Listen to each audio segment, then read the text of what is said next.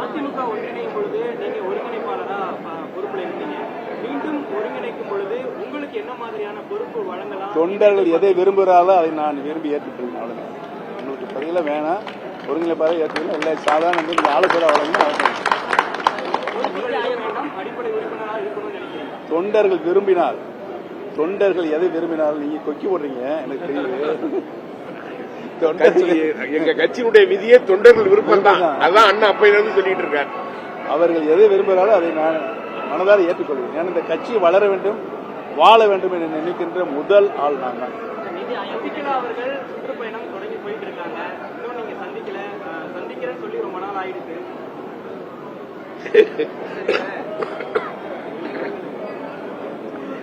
நீங்க சொன்னீங்க கூடிய விரைவில் சொல்லி சந்திர்ப்ப சூழ்நிலை வரும்போது சந்திக்கிறேன்னு சொல்லிட்டாரு அண்ணன். நம்ம எதுக்கு அவர் சொல்லி இல்லையா? சரி, ரைட். எப்படியாவது கொக்கிய போட்டு இழுக்கிறேன். இணைப்பு குறித்து அனைவரிடமும் மாண்புமிகு சின்னம்மா அவர்கள் முதற்கொண்டு அனைவரிடமும் நான் சந்திப்பதற்கு முழு முயற்சி எடுத்துக் கொண்டிருக்கிறேன். உறுதியாக எல்லாரும் ஒன்னா இணையணும். கட்சி நல்லா இருக்கும். யாரு? அதுதான் அது தவறுங்க. அதுல சகல அம்சங்களும் பேசுவாங்க. இப்ப நீங்க கேட்கறீங்க தமிழகத்துக்கு நிதிக்கணும், அதெல்லாம் அங்க பேசலாம். காரண காரியங்கள் எடுத்து சொல்லலாம். இந்தந்த துறையில வளர்ச்சி பணியில தமிழ்நாடு போயிட்டு இருக்கு. எங்களுக்கு நிதி எங்களுடைய மாநிலத்தினுடைய நிதி ஆதாரம் இல்ல, நீங்க தரணும் அப்படின்னு சொல்லி பேசலாம். அவங்க கன்சிடர் பண்ணுவாங்க. அந்த வரி பகிர்வுல நம்மளுக்கு அதிகமாக ஒதுக்குவாங்க. அப்படிலாம் கேட்டு நம்ம வாங்கியிருக்கிறோம். அம்மா காலத்துல நான் வாங்கியிருக்கோம். உறுதியாக மாநிலம் தழுவிய ஆர்ப்பாட்டம் நடக்கும். அது மாநிலத்தில் மட்டும் நடப்பதா மாவட்டங்கள் சேர்ந்து நடப்பதா என்பதை நாங்கள் பேசி முடிவெடுக்க போயிருக்கோம். அதிமுக காலங்களில் மின்சுமை வாங்கின கடனாலதான் இப்போ மின் உயர்த்த வேண்டியதா இருக்கு அப்படின்னு இப்ப இருக்கக்கூடிய இல்ல அது காரணம், அது சரியான காரணம் கிடையாது. அது ஒரு ஸ்கீம் கொடுத்தாங்க. அது மத்திய அரசு ஸ்கீம் கொடுத்து இவ்வளவு பெரிய நிதி சுமை கடன் நிறைய இருக்கிறது. அந்த கடனில் அவர்கள் ஒரு பகுதி ஏற்றுக்கொண்டார்கள்.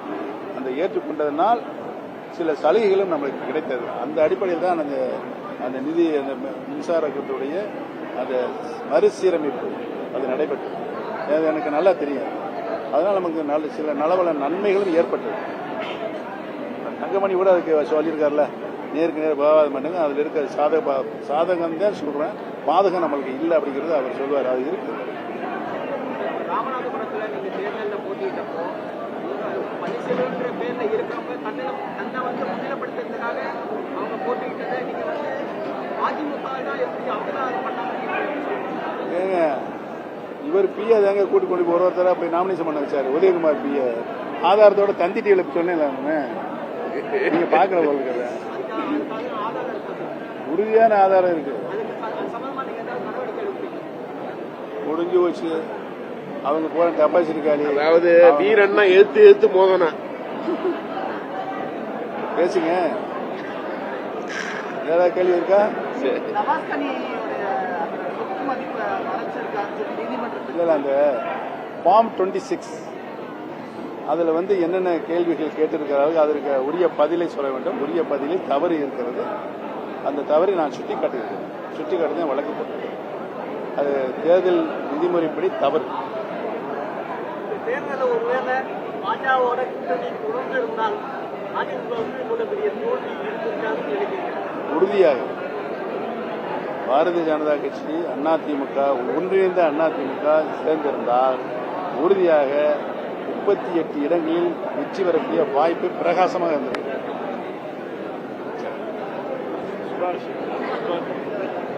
எதிர்த்து செம்மலை போட்டு எடப்பாடி பக்கத்தில் இருக்காருல்ல, அவர் ரெட்டலையை எதிர்த்து எம்ஜிஆர் காலத்திலே போட்டிட்டு இருக்காரு.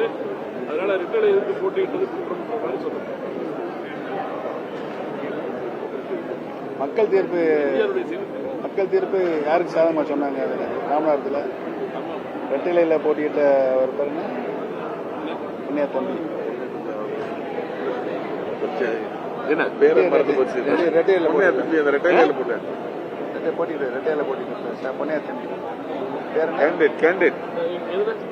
இங்க ராமநாதபுரம்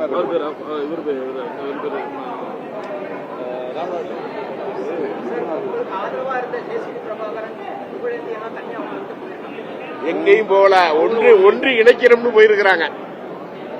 3 பேருக்கு அண்ணா அவரை இவர் ஜெயசிடி பிறகு என்னை தொடர்புக்கு கேட்டார். நான் வந்து தனியாக ஒரு முயற்சி பண்ணுறேன் இணையறதுக்கு அவனை தாராளமாக பண்ணுங்கன்னு நான் சொன்னேன். அவர் வந்து அவங்க 2 பேர்த்தையும் இணைச்சு பண்ணுறாரு. அதனால ஒன்றும் இல்லை, நாங்கள் எதுவும் மாறுபட்ட கருத்தை சொல்லலையே. ஜெயபெருமாள் ரெட்டையில் என்னாரு, நான் வந்து சுயேட்சை செய்கிறேன். யாருக்கு அதிகமான ஓட்டு கொடுத்தாங்க? மக்கள்.